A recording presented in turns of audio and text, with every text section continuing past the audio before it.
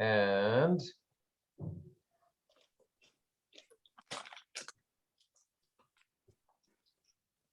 I'm going to share my screen. Let's see if everybody can see that.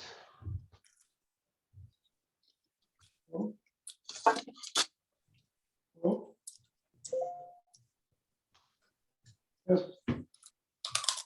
Okay, can everybody? Yeah. Okay, that's better. Okay, so I called it the story of Passover, Pesach Deja Vu. And what I want to say is that our class today is going to be kind of like coming like in two sections, okay? One is something that we actually, some of you heard before, kind of a little bit of a class that I gave years ago. Some of you did not. And I want to start with a more general and then examine things from a little bit kind of zoom in on a couple of things. Okay, so let's see where this is going to get us. Okay. Just before the story of, you know, what I call the Jewish nations, like just before like the whole thing with the Jewish nation happens, something very unusual takes place in the Torah. And the beginning is very clear. God calls Abraham, Lech lecha me'artzecha u'memoldecha u'mbeit avicha el haaretz asher areka. You know, God says to Abraham, leave your land, your hometown, go into the promised land I'm going to show you. And Abraham follows, and he gets to Eretz Canaan. But then something very unusual happens. He just made Aliyah, he just came to Israel, and then we learned by Hira, Ba'aretz, and there was famine, and he needs to leave Israel and go to Egypt, where he's going to find food. We know what happens. Sarah is a very beautiful woman. Abraham is afraid that she is going to be taken to Pharaoh and they're going to kill him. Therefore, he asks her to say that she is his sister. That's what she does. She's taken to Pharaoh's palace. And then Pharaoh and his nation are being afflicted with all sorts of punishments for that. He feels that Torah doesn't tell us how, but he feels that it's somehow connected to Abraham and Sarah. So he calls Abraham, and Abraham tells him the truth. Listen, actually, blah, blah, blah, she's my wife. And Paro sends them away. In the meantime, though, Abraham becomes very rich and very powerful in Mitzrayim. And then the story repeats itself with Abraham and Sarah. And then the story shifts back to Eretz Israel, Abraham and Sarah and Lot. Remember their nephew. We're going to talk about him more later. But it's going back to Eretz Israel. So the question is, what is the story happening? God tells Abraham, go to Israel. Then we have all that incident that Abraham is forced to go to Egypt. And then the story continues while Abraham in Israel. That episode of Abraham and Sarah going to Egypt, what is it doing? The fact that it happens, the fact that it took place is not enough to be included as part of the Torah. Okay, the Torah never records stories or events just because they happen, right? There's we meet Abraham when he's 75 years old. What happened before that? We don't know, right? There's like huge chunks of their lives that we don't know. Later on, for example, the Torah is going to skip over 38 years of the Jewish people in the desert. They were there for 40 years, but 38, with no record of that. So it means that if something is recorded in the Torah, it means that it comes to teach us something. Even the word Torah, by the way, Torah comes from hora'ah, from teaching. So what is it we're supposed to learn from that? So the Midrash Rabbah gives us the answer. The fact that Abraham had to go to Egypt is what we call a siman. It's a sign and kind of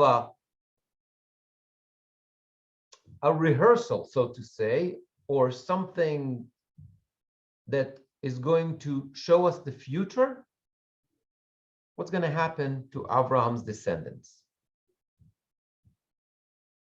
And the parallelism between the two stories, between the story of Abraham in Mitzrayim and the story of the Jews in Mitzrayim, is extremely, extremely similar. And here's what the Midrash says. ולאברהם היטיב בעבורה, ויהי לו צאן ובקר. Right? Abraham accumulated wealth because of Sarah. ויצב עליו פרעה אנשים וישלחו אותו. Later on, when after everything happens and Paro discovers who Sarah was, they send him away. Here's the Midrash. Rabbi Pinchas בשם רבי הושע אמר. אמר הקדוש ברוך הוא לאברהם אבינו, צא וכבוש את הדרך לפני בניך. God said to Abraham, go and conquer the way, so to say, pave the way for your children. What does it mean?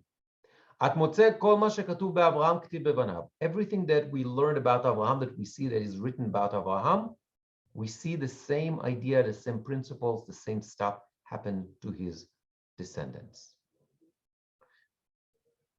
באברהם כתיב, ויהי רעב בארץ. Right? When it comes to Abraham, we learn there was a famine in the land of Israel. בישראל כתיב, כי זה שנתיים הרעב בקרב הארץ. There is famine in the land of Israel. That's the story of Yaakov, that he had to go to Mitzrayim. באברהם כתיב, וירד אברהם מצרימה לגור שם. When it comes to Abraham, the Torah says, וירד אברהם, Abraham went to Mitzrayim to live there. When it came to the Jewish people, a couple of generations later on, it says, וירדו אבותינו מצרימה. Our forefathers went to Mitzrayim. Very, very similar language. באברהם כתוב לגור שם. When it comes to Abraham, it says to live there, meaning in Mitzrayim. ובישראל כתוב לגור בארץ בנו. We came to live in the land. It's almost the same language. באברהם כתוב כי יכבד הרעב בארץ כנען, because the famine is very, very strong, very powerful, like very big famine in the land of Canaan. בישראל כתוב והרעב כבד בארץ. The same language describing the famine. באברהם כתוב ויהי כאשר הקריב. When it comes to Abraham, we see that phrase, when he got closer, i.e. to Mitzrayim, בישראל כתוב ופרעה הקריב. Same language, getting close, but here is the flip side. It's Paro getting close to the Jewish people as they leave Egypt. בישראל כתוב ופרעה, באברהם כתוב והרגו אותי ואותך יחיו. Abraham, right? Abraham says to Sarah, they're going to kill me, they're going to let you live. ובישראל כתוב כל הבן הילוד היאורה תשליכו. When it came to the Jewish people in Egypt, it says all the males are going to be, right? All the Jewish male babies are going to be killed. So again, killing the male, but not the female, right? Same goes for Abraham. they're going to kill me, i.e. the man, they're going to let you live, i.e. the woman. Abraham says, say that you are my sister, so, right, make that chesed with me. And B'Yisrael kitiv vayitev Elohim lamealdot, God made a chesed with the midwives. Again, when Abraham came to Mitzrayim, same language as when the Jews went to Mitzrayim with Yaakov.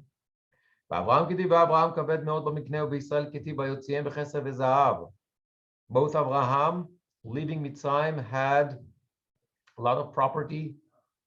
Same goes for the Jewish people, leaving Mitzrayim with silver and gold.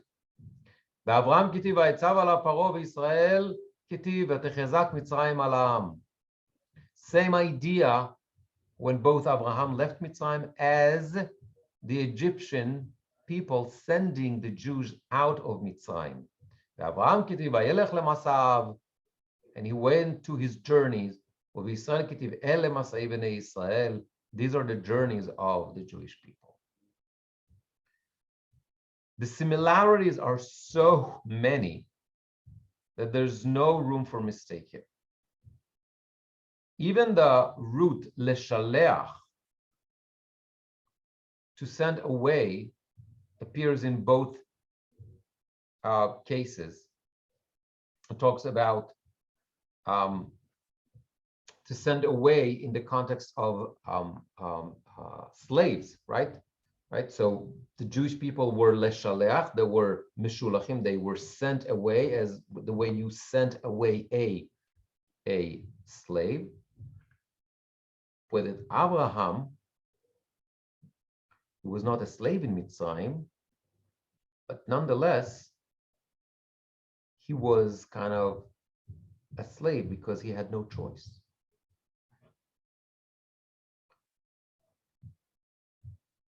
So the exile and the story of the Exodus were not a coincidence. And it means that whatever happens to the Jewish people at the Exodus, and for which we celebrate Pesach, everything was deliberate, everything was decided, everything was orchestrated from the beginning already, from the time of their great-great-great-grandfather, Abraham. And so if you think that this is perhaps not clear enough, the story returns 2 more times with minor changes. First, with Abraham and Sarah. This time they went to dwell in the land of the Plishtim. And a similar story with Avimelech, the king of Gerar, the king of the Plishtim. And then later on with Isaac and Rebekah, that they go to Plishtim, to Avimelech, with the same king that his father had issues. Same situation. And in those stories, again, we feel that threat, the same circumstances that put the forefathers of the Jewish people to lie, forced them to lie in order to save their own lives. The same revelation of the truth in the right moment, and the same idea of sending away the guest and his wife from the palace. What do you think? I think something is cooking there. I think something is cooking there. So that's the first 2 generations of that family, right? Abraham and Isaac. What about the third one? What about Jacob?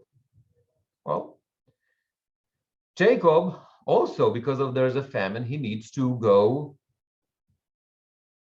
to Egypt. But this time, it's not a rehearsal. This is the true event. This is the exile itself. But the question is, did something happen earlier in the life of Jacob that kind of give us a hint? Well, absolutely so. And the Haggadah of Pesach tells us exactly where it happened. Remember, there's a line in the Haggadah says, "Tze ulmad ma bikesh Laban ha'arami la'asot leYaakov Avinu." What did Laban wanted to do to Jacob, our forefather? Well,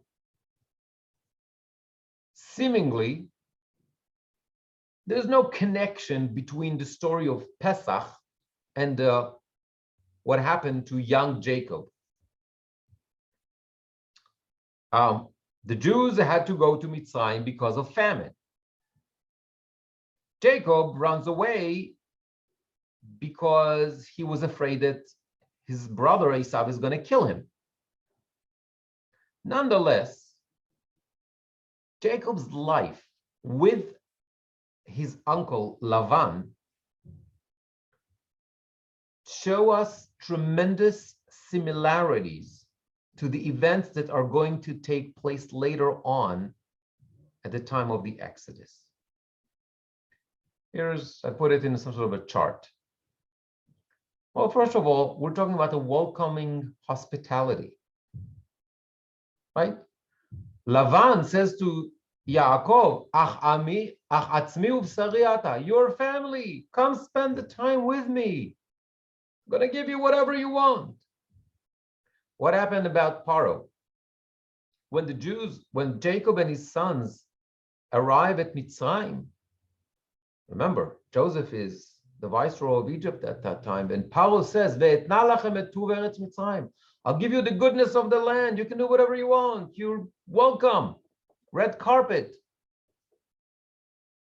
What happened there in Mitzrayim? They multiply and they prosper.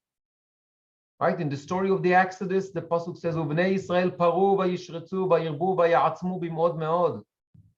That the Jewish people multiplied a lot. And about Jacob, it says, Vayifrotz ha'ish meod meod, almost the same language. Jacob came as one young guy, and he is leaving the house of Lavan with a big family. 4 wives, a lot of cattle and sheep, 10 children.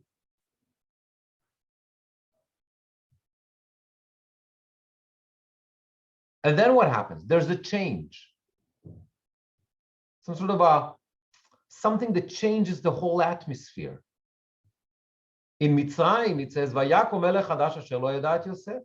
There was a new king. There's a new political reality. A king that did not know Joseph. What about Jacob? It says about Jacob, Vayar Yaakov et penei Lavan b'hinei einenu imo kitmol shilshon. One day, Jacob sees the face, so to say the behavior and the face of Lavan, and he feels that something is not right. It's not like it used to be. He's looking at him in a kind of a weird way, right? That was a change. And then what? The guest requests to leave. Jacob says to Lavan, Shalcheni ve'elcha el mekomi ule'artzi. Let me go to my land. I want to go home.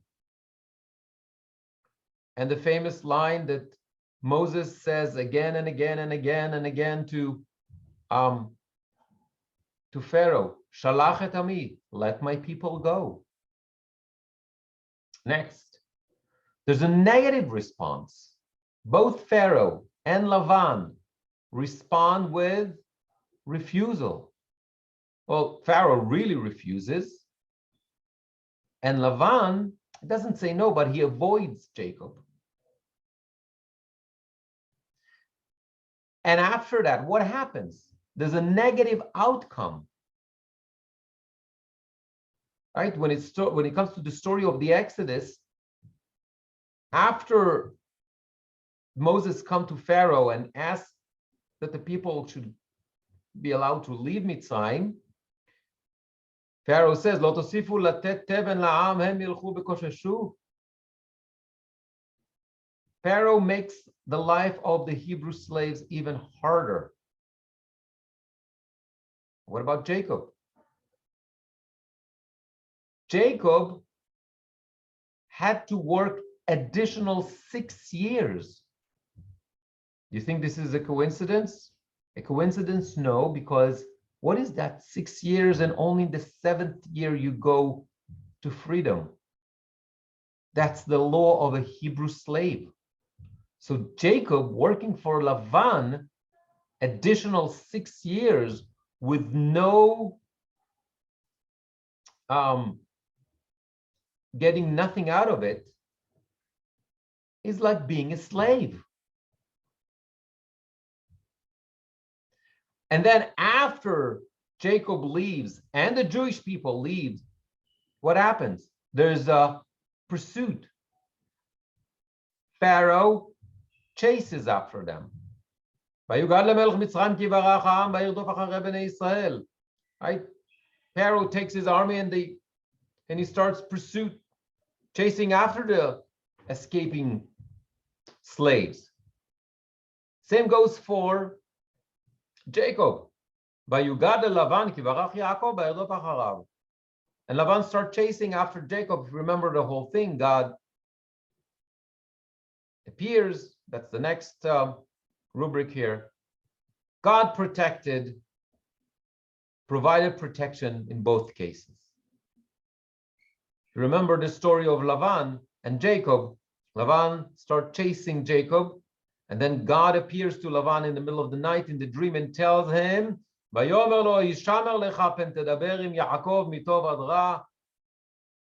not harm Jacob, do not talk to him anything, right? God provides protection. Same goes for the Jewish people. What happened with the Jewish people? Right?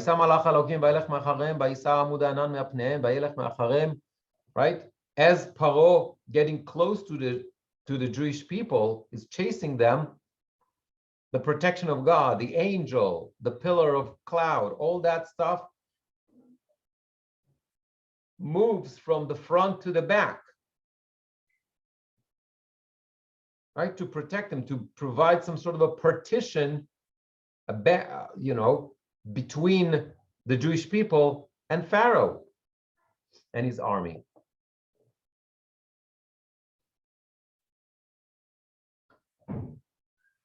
So again, we see those similarities, and the Haggadah calls our attention to that connection that we might not have seen. But above all that stuff, all those similarities that we see, there's a one event in the story, in the history of Abraham, that really tells us about this deja vu thing many, many years before Jacob and the family went to Mitzrayim. It's called Brit Ben Abetarim. We are familiar with that. We already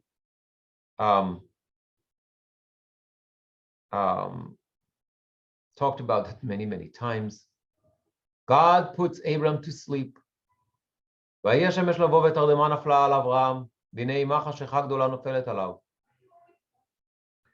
can follow in the English. God says to Abraham,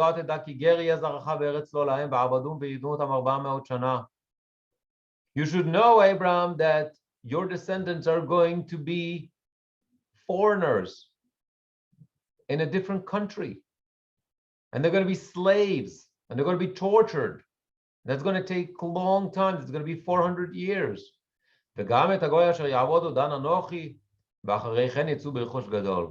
However, I will judge them, and afterwards they shall come out with great substance. That scene, what we call the Brit Ben HaBetarim, teaches us that all those events that led to the exile, to going to Egypt, and the Exodus, leaving Egypt, it was not coincidental. Everything was decided from the beginning. It was supposed to happen. And that's exactly what the Haggadah says. The Haggadah says that God chishev et haketz, that God calculated the end. What does it mean? God calculated the end. It means that God saw the end and made everything according. So everything is going to happen. So even though we think that there are like events and we think that like, okay, there was famine, so Jacob had no choice. He had to go to Egypt. Everything was orchestrated generations before. So the Torah looks at the story of Pesach not just as a historical event, even with all those tremendous miracles and everything, but it's a story that's supposed to, from the very beginning, supposed to be part of the journey. And we see like little anecdotes, little rehearsals, preludes to that story 5 times. 4 times in going into some sort of a exile, right? In Egypt with Abraham, with Plishtim, with Abraham, also with Isaac going to the Plishtim, and Jacob going to Haran, and one more time with a vision, that vision that Abraham had. And all that stuff is before the Jewish people were even created as a nation. So it means that the path to Eretz Israel has to go through exile. Even Jacob, who is a real Sabra and was already born in Israel, had to go to exile in order to come back to Eretz Israel. Isaac also was born in Israel, but he had to go into the Plishtim and experience that idea of being a foreigner in a different country in order to come back to Eretz Israel. So the question is why? And the answer has to do with the logic, so to say, of the Torah as a system of mitzvot and a lifestyle, not only of individuals, but also as a nation. We're going to talk about that in a couple of minutes, but now I want to go into another fascinating deja vu. Some of you might be familiar because I gave some of that years ago. Going back to Abraham time. So when we think about the Exodus, what comes to our mind? Oh, it's in the picture. It's matzah, right? And the Torah tells us, why do we eat matzah?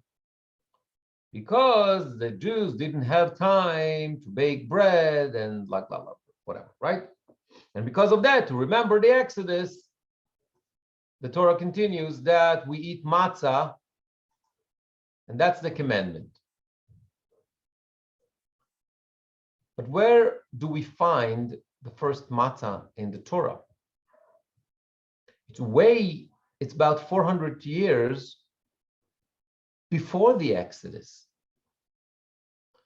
Here's the story of Lot. Remember Lot? He's the nephew of Abraham, 400 years earlier. But I'm here in the orange quote. Remember that he's got a visit from those angels. The angels come to destroy Sodom, where he lives. And nobody takes them home.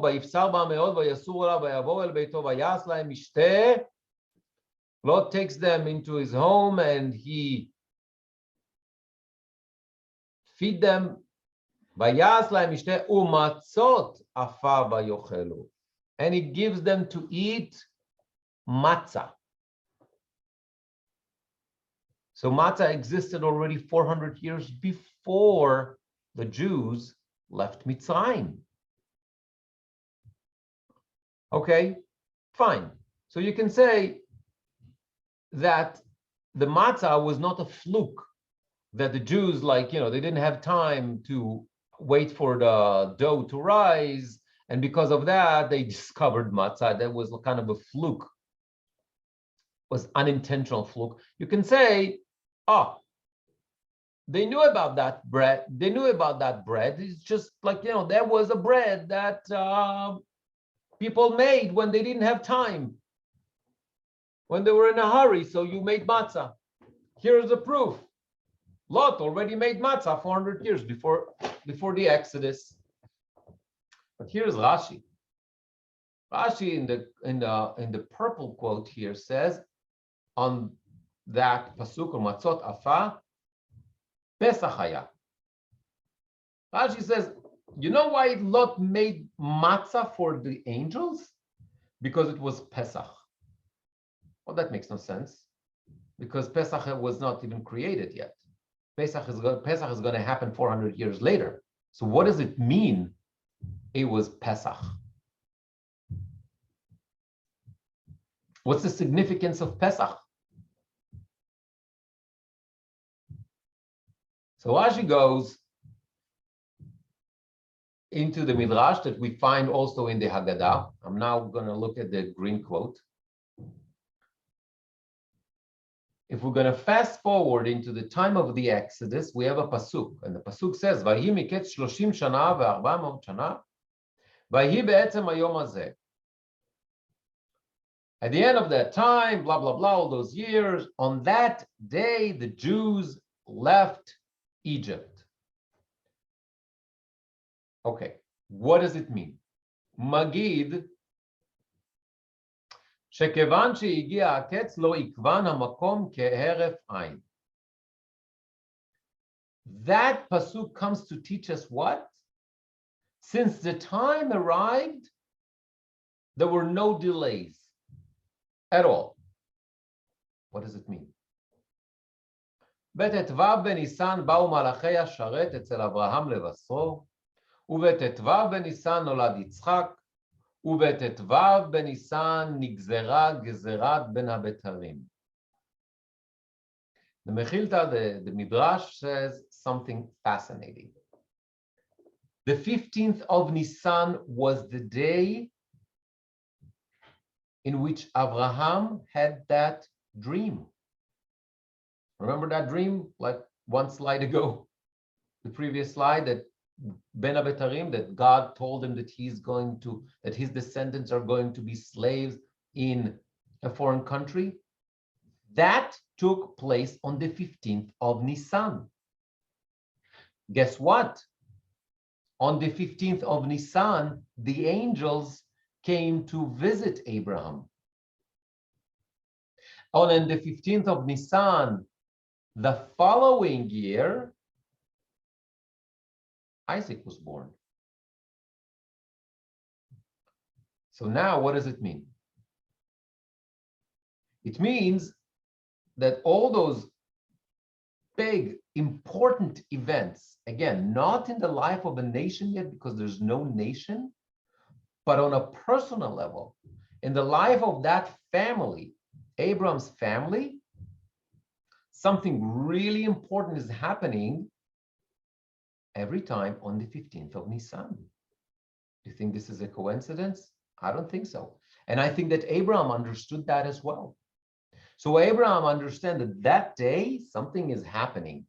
This day, because it is significant to me as an individual, to me and my children, meaning I learn that I'm going to have children on that day.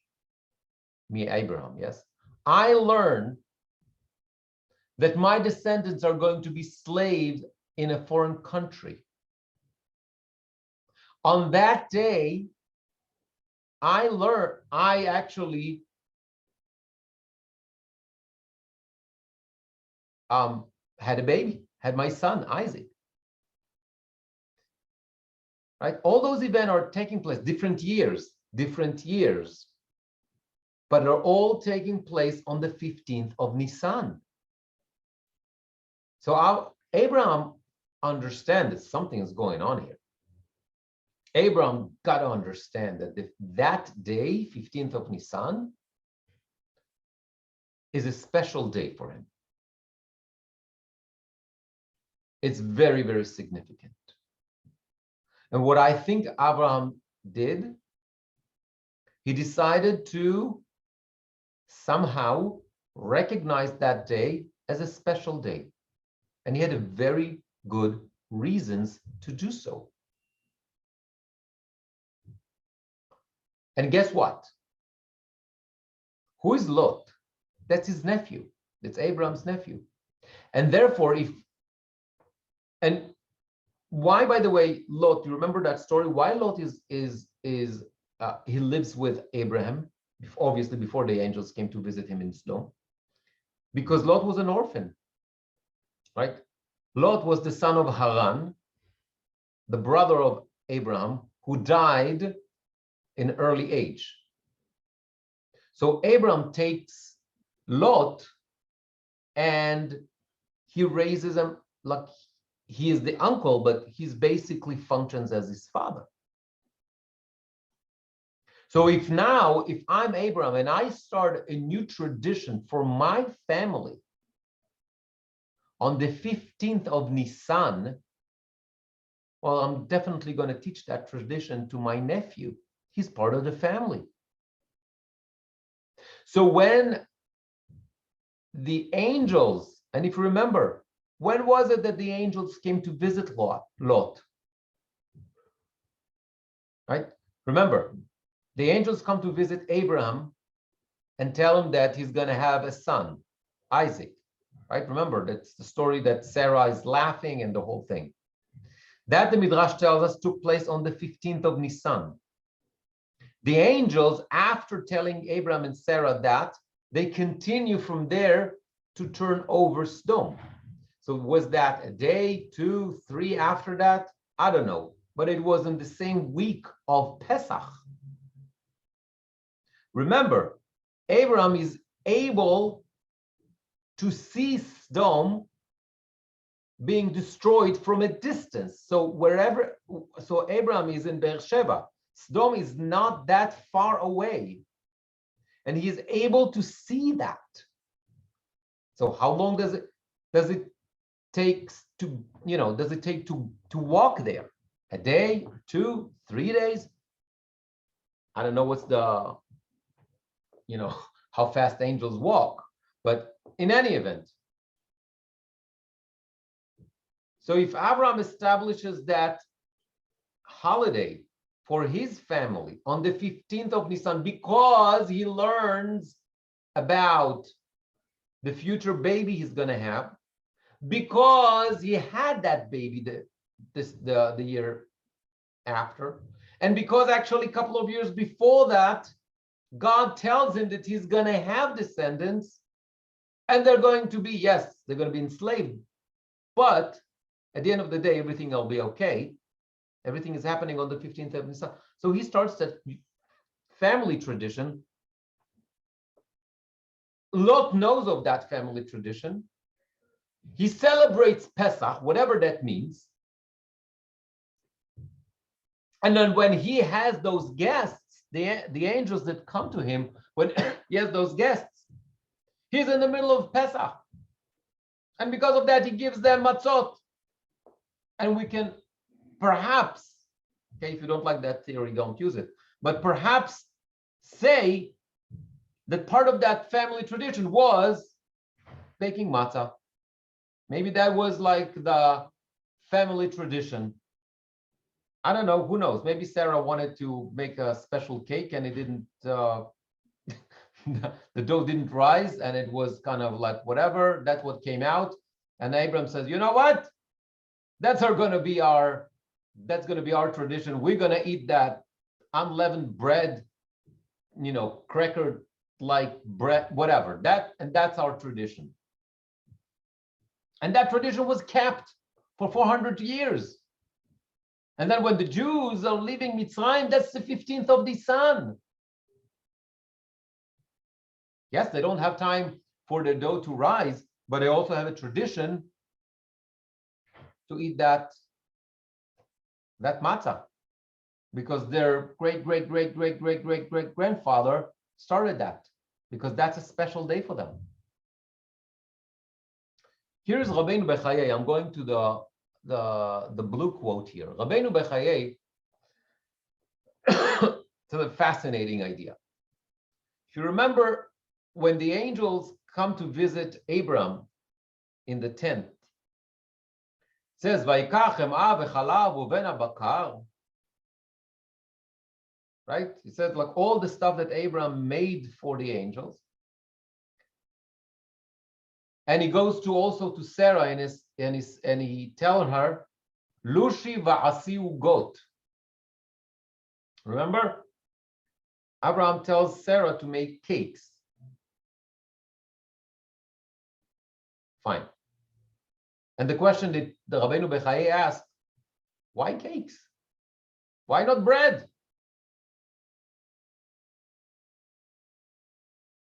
And that's what he says. Ve'anavon lefaresh ki hayaze mipnei isur chametz.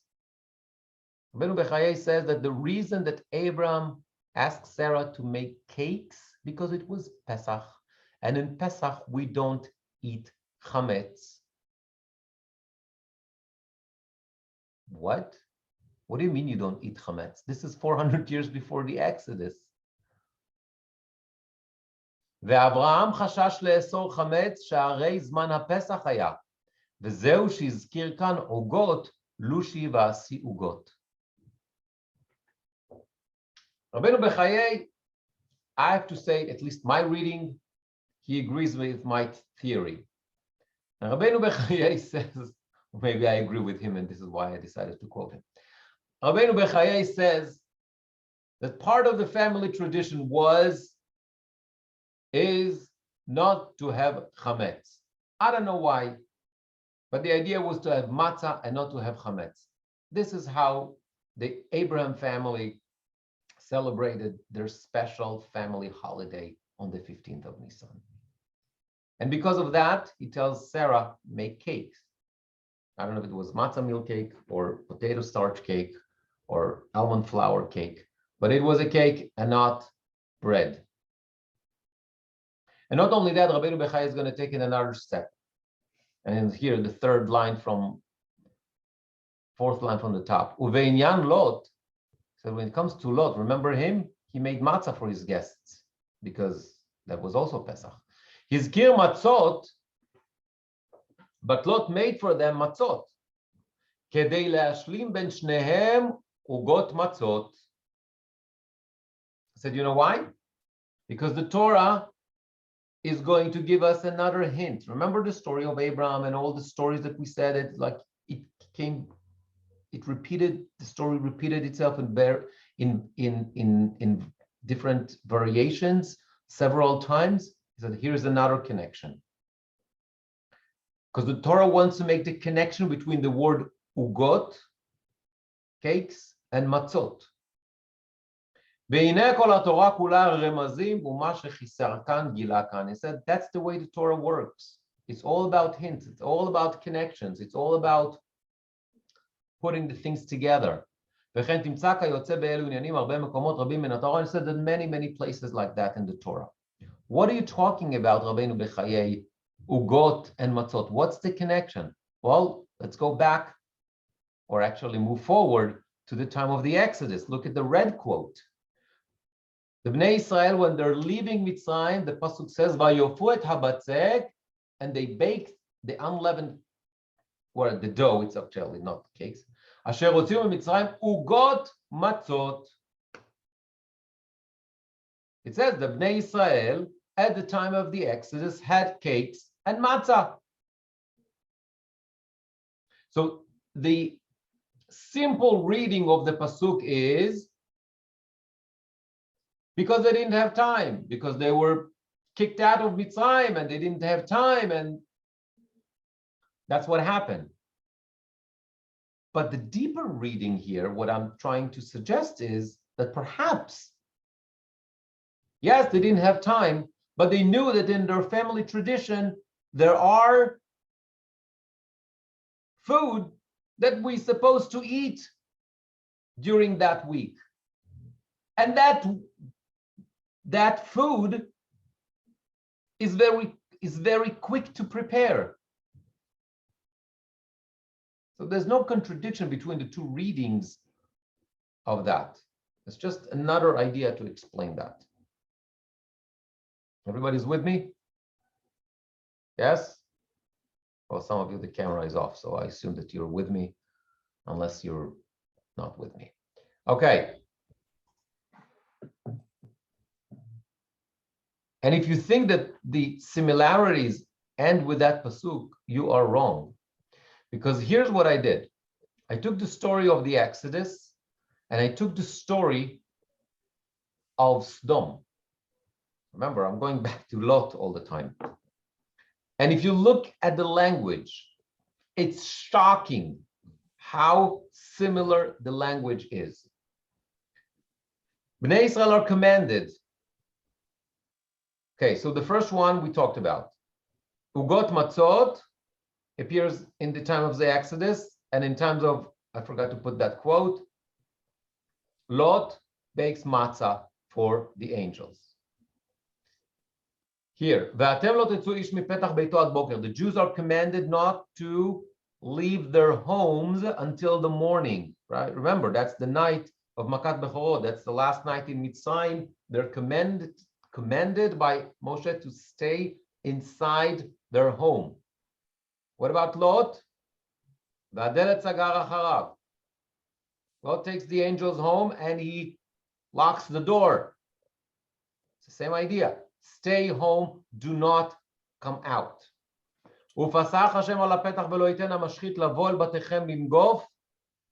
Meaning there's something bad going outside.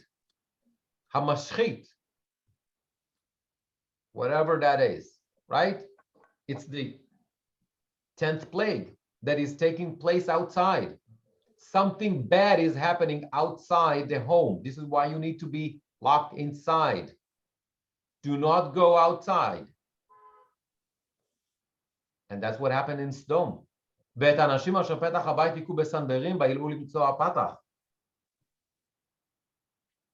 The angels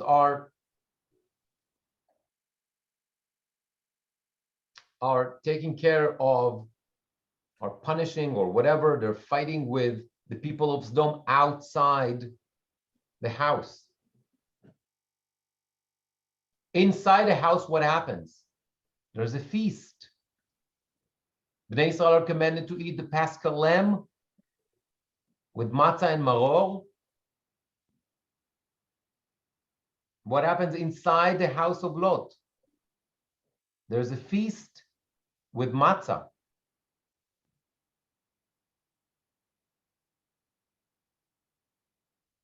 There's an idea here, Zevach Pesach ul Hashem, Asher Pasach al Batei Bnei Israel b'Mitzrayim, b'Nokpo et Mitzrayim et Bateinu etzil. There's the idea that some houses are going to be afflicted, some houses are going to be spared.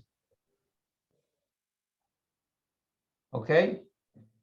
That's exactly what happened. The house of Lot was spared, the houses of the other residents of Sodom were destroyed.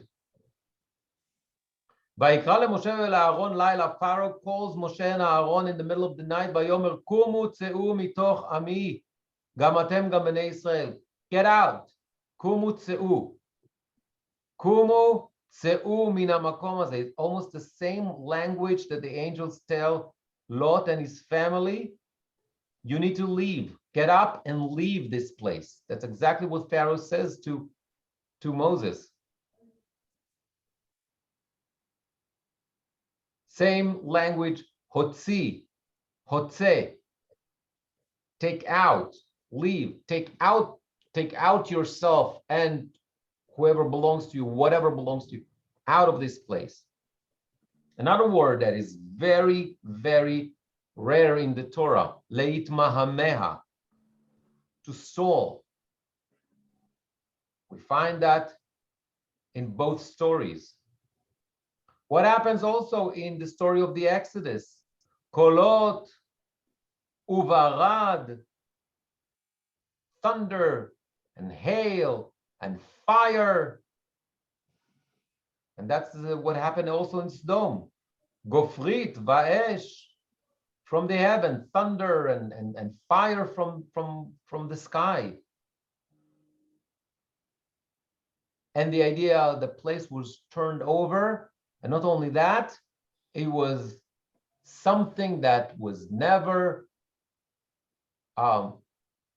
happened again, both in the story of Sodom and the story of Mitzrayim. Again, the similarities are just very, very clear. And if you think that all that stuff is my theory and whatever, and it's not the mainstream, then I'm going to take you to one of the last poems that we have in the Haggadah. In the Haggadah, in the last part of the Nirtzah, we find the following piyut. Okay, you can follow in the English. Ometz gevurottecha hifleta b'Pesach. The boldness of your strong deeds did you show during Pesach. Berosh kol moadot miseta b'Pesach. Gilita le'ezrachi chatzot leil Pesach. Gilita le'ezrachi. You reveal to the Ezrachi. Who is the Ezrachi? It's Abraham. In the midnight of the night of Pesach. That's exactly based on the Midrash that the Mechilta said. That the Brit Ben Abetarim, that vision that Abraham had, it was on the 15th of Nisan at night. Another stanza from that poem. And this is, if you open your Haggadah, you'll see that there, towards the end of the Haggadah, is right there. Delatav dafakta kechom hayom b'Pesach. Upon his doors, what the doors? Actually, it's a allegory because the tent had no doors. Right? It's the tent of Abraham. So it's kind of a wise use of the language. Anyway, delatav dafakta kechom hayom b'Pesach, meaning that the angels came to visit Abraham when? On Pesach. His'id notzitzim, what he gave them to eat, the angels, ugot matzot b'Pesach. He gave them cakes and he gave them kosher lePesach food because it was Pesach. Not only that, the poet here, which is attributed to Elazar Yeni, one of the earliest poets from somewhere in the 5th century in Eretz Israel. He takes it even another, I don't know based on what tradition, but he takes it another step. Velabakar ratz zecher leshor erech Pesach. Remember the pasuk that it says about Abraham, Velabakar ratz Abraham, Vaikach ben bakar rach bato vaimaher la'asot oto. Abraham goes and he slaughter an animal for them. A bakar, ben bakar. The poet here says what? That was not a coincidence. He could have taken a chicken, but he went directly to the same animal that was years later was the Paschal Lamb. And not only that, look at the next stanza of the poem. זועמו סדומים ולוהטו באש בפסח. The Sodomites were punished on Pesach. חולת צלות מהם ומצות עפה בקץ Pesach. Lot was rescued and he made matzot for them when? On Pesach.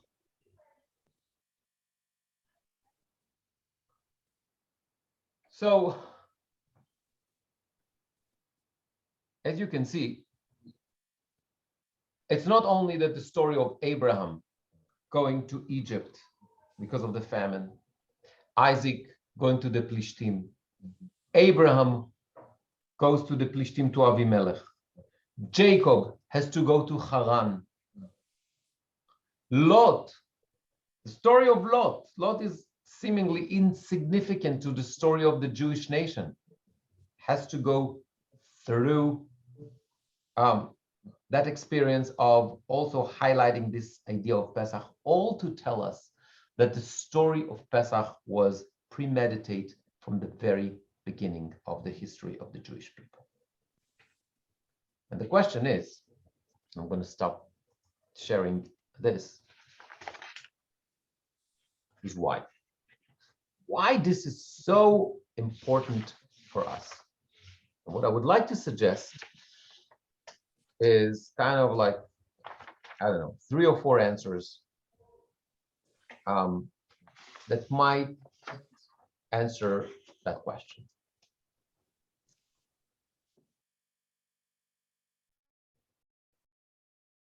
If we look carefully in the story of our forefathers,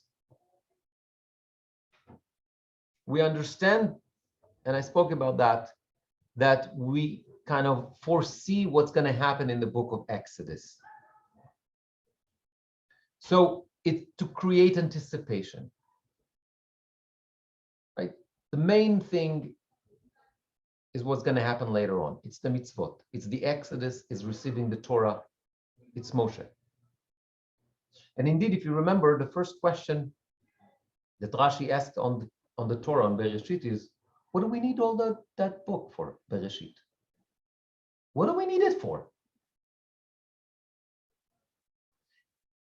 And the bottom line answer, he gives a couple of answers. The bottom line answers, you can't delve into the mitzvot, because at the end of the day, he says, the Torah is a book of mitzvot. It's a book that's supposed to teach us how to live our lives.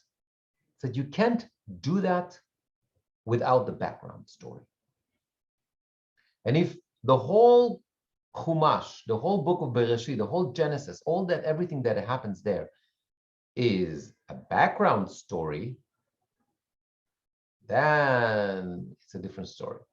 Meaning that we look at the stories in the book of Genesis through the prism of the following Chumashim, the following books. And now we understand why, for example, all those stories are there, because it gives us anticipation to what's going to happen later on. Number 2,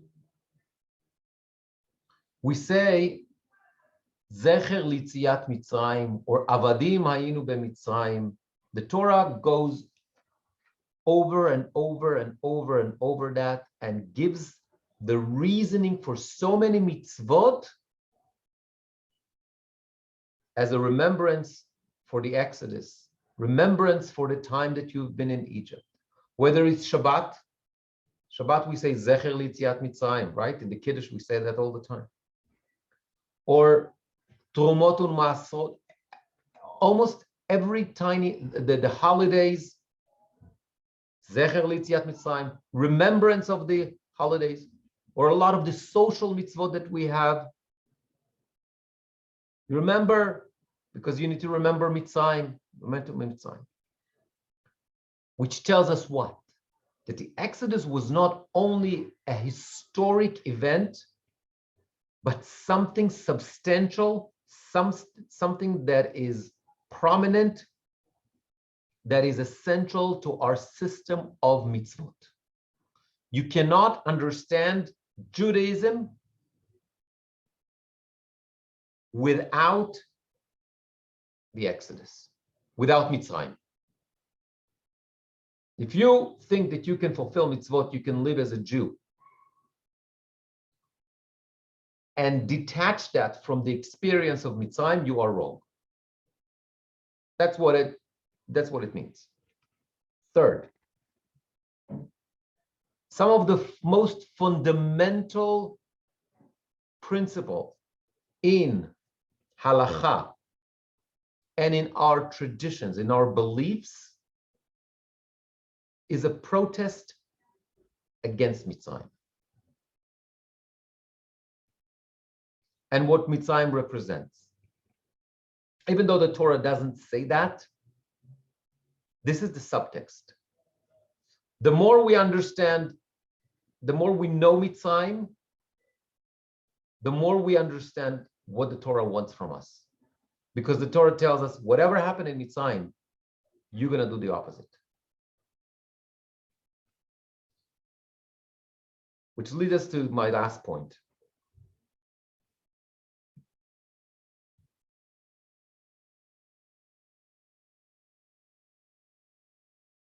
The Jews leaving Mitzrayim, getting into the land of Israel, they had a choice. What kind of society they're going to establish. And by the way, we have the same dilemmas today. We're facing questions of slavery, freedom, politics, power, state, society, human rights, responsibility. Those are the questions that Pesach is dealing with. Those are the questions that they had to deal with and we have to deal with today. And the Torah gives us a mirror and asks us, are you going to make the choices like Pharaoh? Are you going to make the choices of Mitzrayim, taking advantage of the weak? Concentrate the power in the hands of a few? Are you going to take away the human rights from people? Are you going to take advantage of the weak? Are you going to deal with old world politics?